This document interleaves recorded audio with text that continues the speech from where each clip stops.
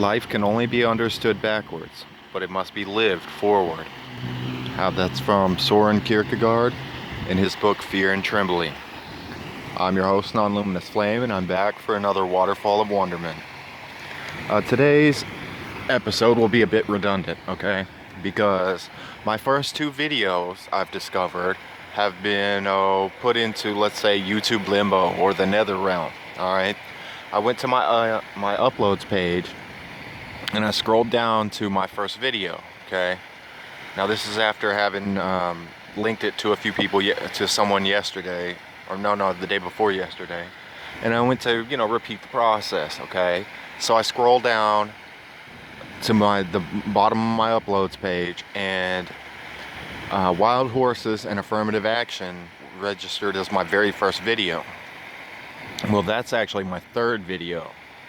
So much so that I reference my other videos in that video, and the context is lost on the viewer because those videos can't be viewed unless someone knows that they already exist and their names, or unless I've linked them to them. You see, so there's this vicious loop. So YouTube has put a hit out on me. So I'm coming after you, YouTube. I'm gonna remake those videos. Yeah, I probably said some stuff that was too racy, but I'll have the links to those two videos in every single one of my videos from now on, okay? So if you all want to see them, just go in there and look. I'll be right below my Patreon.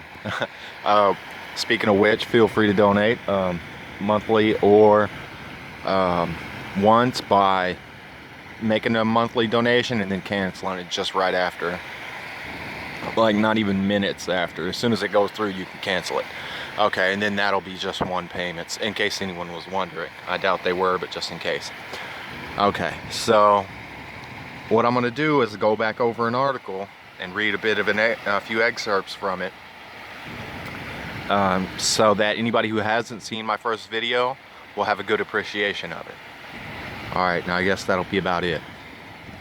Alright, I'm going to get started. Let's see. The article is from Under the Hood, and it's called Study. Women's brains are more sensitive to negative emotions, and they react differently than men's brains. Okay, yeah, which of course was covered in my first video and referenced in my second. Okay, and so the scientists showed images of positive, negative, and neutral emotional images to men and women, and the more estrogen in their bloodstream, the more reactive they were to the negative emotions. Or, well, to all the emotions, but this article hones in on the negative. Okay.